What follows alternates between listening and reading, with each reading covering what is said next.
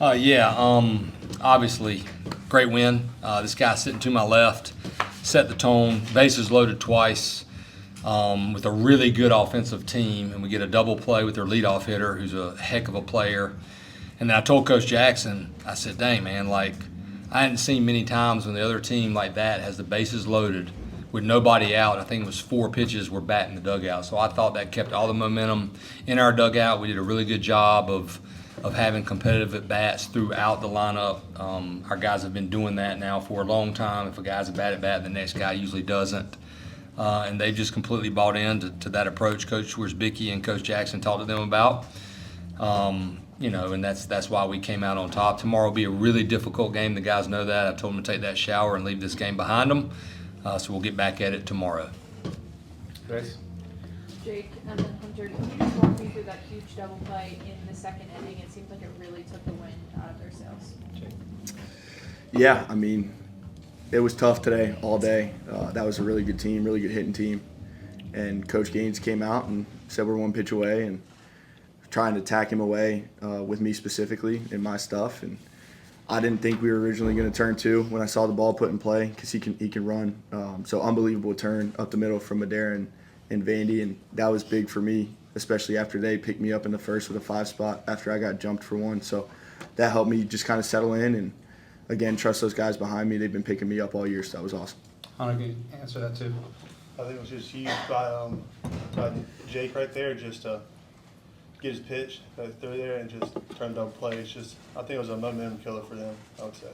And just kept the momentum on our side throughout the whole game. Tommy? Coach Forbes, it felt like maybe they approached Jake differently than other teams have, not trying to kill the ball, just trying to get, I think you gave up more hits than you've given up all year. Did you notice that or see that, and then that mound visit by Gaines really settled him in? Yeah, I mean, I think everybody's approach against Jake has to be, you better be ready for the fastball, and I think that's what theirs was. I think Jake will tell you he wasn't like Jake Knapp A+ sharpness, but he's always A+ competitiveness. So that's why he's our Friday guy. But they were staying short to the ball. They were having good at bats. But again, I told the team back there, great pitchers make big pitches in the biggest situations. They have a knack for that. They're better in the tougher situations, and he had 2 really tough ones. And to get out of both of those with only 1 run in those innings was really big for us. Adam? Hunter, what do you make of the way you guys have started these games the last couple of days? I think the 5 spot today made it 14 runs in the first inning in the last 4 games. I mean, what is it? What's working there for you guys, and what do you think's happening? I would say just going out there, just staying with our approach, working what we've done in the cages is pretty much this whole week, and just sticking to our approach, getting our pitches and hitting them, I would say. Pat? Hunter, kind of on a similar note, I mean, you guys have had a track record here over your 5 years, working with Coach Wierzbicki, where when you have these kind of long layoffs in between games, prepping for a pitcher, you guys have been able to come out on the attack. What is it about the plan that he's able to put together for you guys, where you guys know you're going to be able to execute that and have success? Just watching video every day of the pitcher and just putting his machine the way he's going to throw and just go out there and just execute our plan throughout the whole game. Don't take a pitch off, I would say. Jake, on the day when it was clear that you didn't have your best stuff, how important was it for you to just really grit up, and then when you look up, you still got through, got to the 8th inning and put together another great, strong start? Yeah, I mean, for me, especially today, with the way our offense was swinging, it makes it easy on me. Like, I didn't have my best stuff, but I was just trying to attack and keep the ball in the park. It ended up working out pretty well, but they had a good approach, and we're on the barrel a lot today. So when you don't have your best stuff, just try and fill it up, and still hitting's really hard, so make them string together a bunch in a row. And I was lucky at times to give up just singles, but just trusting the defense, especially on a day like today where I'm not able to punch a lot of guys out.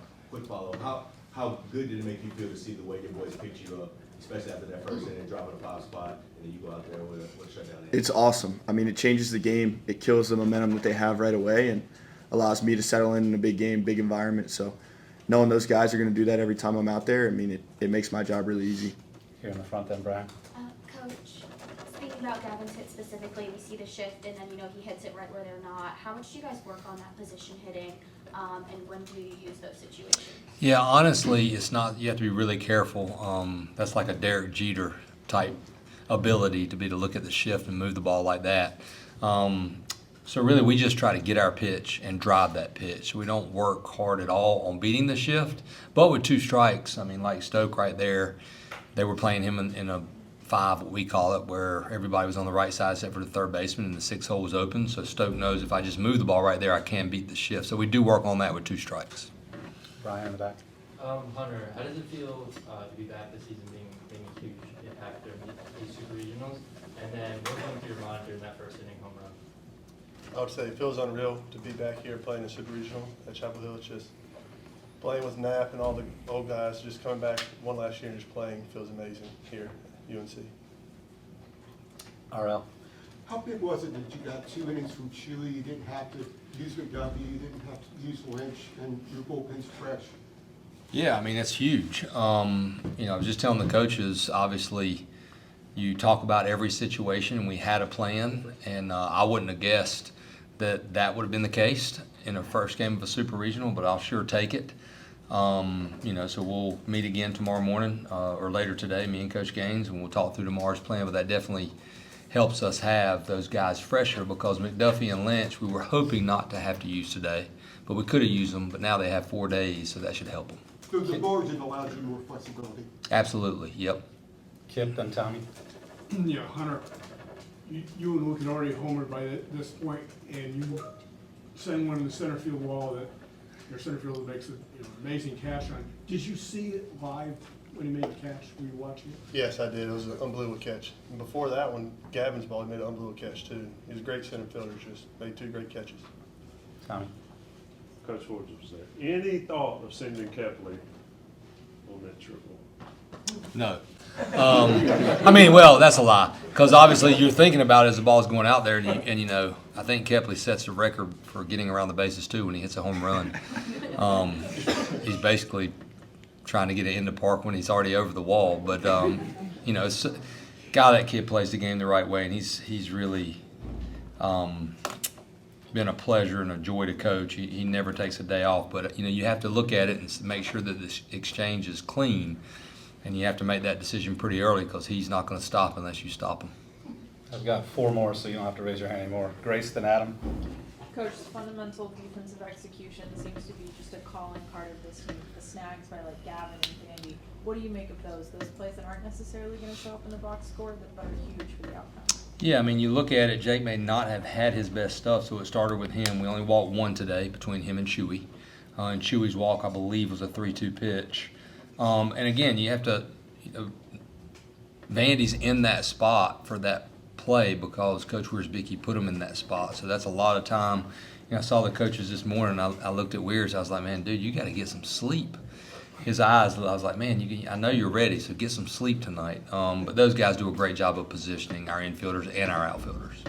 Adam, then Rod. Scott, I was wondering if you found it rewarding in any way that with some of the talks with Luke the last couple of days that he comes out, so RBI single in the first, the 3-run bomb in the second inning. I mean, did you go to him and say, now that's what I'm talking about type of thing? No, we talked about it before. Coach Weirs made a great point with him, said, he made a comp compared to Kyle Schwarber. Like I told y'all, he does 2 things. He walks, and when he hits it, he does damage. And we said, Luke, let's just get back to doing that. And I had a good feeling about Luke, and he got that first hit. He almost had 2 home runs. He was on the barrel all day, so that is really good for us as a team. Rod. For Scott and Jake, 14th win of the year, I think that matches a single season program record. What's that mean for you to see that place in history for Jake, and Jake for you to be a part of that? Go ahead. I mean, it's way bigger than just me. That's what I've kind of leaned on all year. It's a credit to these 2 right here and everybody else in the program. They've put me in a position to have that happen this year, and I'm just very grateful that it's come that way, and it's something that I'm proud of, but I'm just grateful to be a part of something so special. Scott? I didn't know that was the case, but obviously it's what he deserves. I've been coaching a long time. we set my office. Jake was trying to decide if he was going to come back for another year. And I'm just thankful that he trusted all of us and he made that decision, and he's pitching in our uniform and not a pro uniform. He can pitch in that in August. For Jake, you held the top 3 hitters in Arizona's lineup to 1 for 12. How important was that? The rest of them did some damage, but yeah, I mean, those guys are really good at the top, and they set the tone for that offense. But Coach Gaines had a really good plan, especially for those guys at the top. I didn't do my job executing through the rest of the lineup. But I mean, it's a really good team, really offensive team, and Jason he'll have to make his pitches tomorrow, so they'll make adjustments, and I was just happy to at least get a couple guys out. Yeah, obviously not the best first game, but it's one game, and it's a 3-game series, which is the beauty of baseball. And we're not in uncharted waters. We've lost some Friday games and come back and won the series, so I think the guys feel that way. And obviously North Carolina played a fantastic game, and that's their number 1 guy, and he showed why. And their offense was tremendous today. So hopefully we'll do something to shut them down tomorrow. And because I felt like our offense, we had good at-bats all day. We had hard contact. I think we struck out 3 times. So I was proud of the offense. We just, obviously our pitchers have picked us up so big all year. It's just one bad one. So that's the way it goes. Questions, just raise your hand and I'll point you out or call you out in a second. Chip, when it came to Owen, did it just look like he didn't have his best stuff today? Yeah, I think so. I think you're right. I mean, Brian, I think you're exactly right. I think he was center cut a lot. It was a little bit reminiscent of Globe Life, the first start. His stuff wasn't bad. It's just the location. And these are, you look at up and down their lineup, they're veteran guys who know how to hit. They got short swings. They're going to take advantage of bad locations. So, yeah, I think the first, batter getting hit by the cutter in, I think that threw him off a little bit too. And with him, but also other pitchers, you always shift a lot, but it seemed like Carolina was able to hit away from the shift. Yeah, they did a good job. Is that just the nature of the beast when you go with the shift? Yes, exactly. And they like I said, when you have short swings like they do, especially with 2 strikes, and you leave the ball up, it can guide the ball where you want to. If we make better pitches, probably it's harder for them to do that. What was the gist of your message to the guys out in the field after the game? Just flush it, and move on. It's we're in a single elimination now. We've been in that in the Big 12 tournament. We just got to play our best game tomorrow, and it's part of the game. I mean, like I said, it's a 3-game series, and obviously we don't like the score. It doesn't feel good, 18-2, but it's just 1 loss. Tommy, and then Kip. Bases loaded and then get out of it with a double play there. Right. Even the second inning just sort of took the wind out of yourselves a little bit. A little bit, yeah. Like I said, we kept having the good at bats. We just weren't, obviously not a lot of grass was being hit by it. They were caught.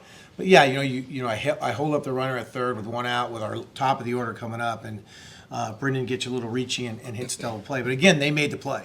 That's the thing, you got to give them credit. They made the double play. They turned it beautifully, and it's a fast runner going down the line. So just the way the game went. Kip.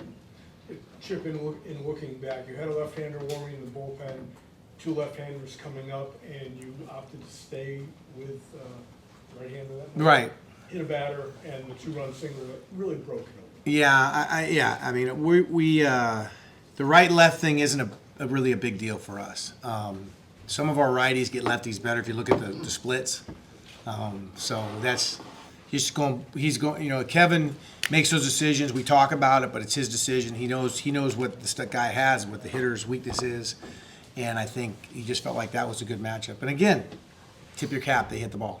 Grace, then Brian. Garen, how do you guys internalize this message from Coach to flush it and then move on to tomorrow?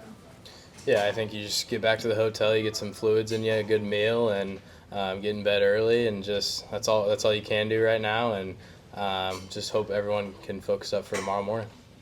Right. Well, Garen, this is, I think, 11 postseason games that you've been in the tournament. How do you just tap into the experience, even though before this year there hadn't been a lot of wins, just for the team in general? Yeah, you can't put too much importance on one game. I've learned it was just a baseball game today, and there's another baseball game tomorrow, and obviously our back's against the wall. But yeah, we just got to flush it and get to tomorrow. For both, Aaron Walton almost had a great catch in the second inning. Right. Then he did have 2 great catches later in the inning. Both just sort of describe what you saw or what you made of those plays. Well, just great effort, and he's a fantastic defender, a fantastic baseball player, and it doesn't matter what the score is, whether it's early or late. He's going to go 120%. He's going to run through that wall to get a ball. So we know he's capable of making those plays all the time. It's part of the reason why I got him out of the game. He started to cramp up, and I didn't want him to do anything that endangered him for tomorrow. Garen, what do you think of those plays? I mean, anytime a ball's hitting the air to center field, I feel like we have a pretty good chance it's being caught with him out there.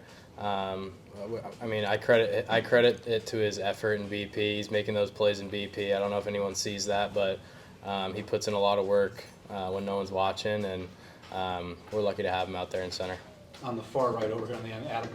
Chip, what did you make of the way, I'm sorry if you've already been asked this, skirt in here late, but what did you make of the way UNC was seeing Owen early on? It seemed like they were obviously on him from the get-go. Did you feel like they were picking him up pretty well? Yeah, very well, 100%. I think I said it earlier.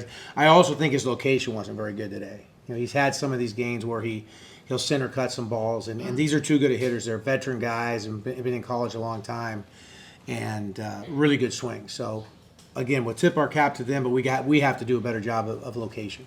Front row, Tommy.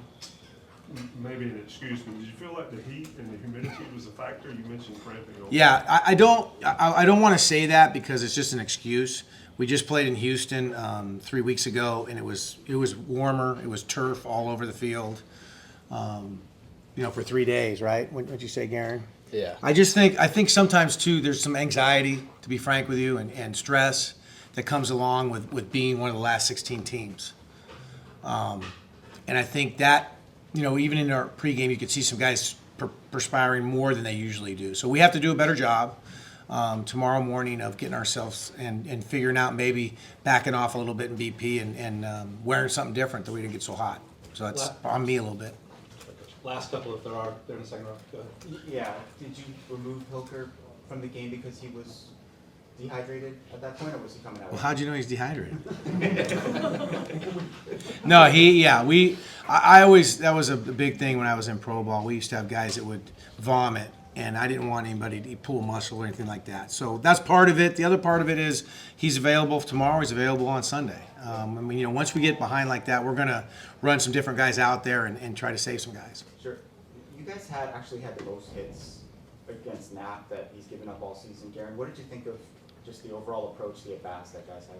Yeah, I thought we had the first couple innings felt outstanding. I think we just credit that to the staff and the plan we put together for him.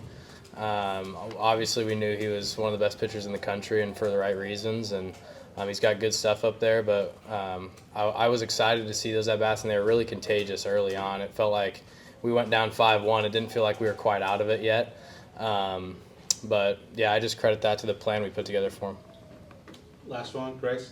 Chip, how did you make some intentional pitching decisions, especially near the end, to get your guys set up for tomorrow? Yeah, you just, unfortunately, some of the guys that had to pitch at the end have not pitched a lot of innings lately, and so it's tough for them. We talk about on Tuesdays, do they see some hitters? But I'm glad we didn't because we were able to use them, and they're not at their best right now, to be frank with you. So it's the back end of our bullpen, but I credit like Eric Orloff. He's been here for 4 years. He's been here since I got here, and he gave it everything he had, and he sucked it up so we could have other guys available for today. So I thank those guys for that.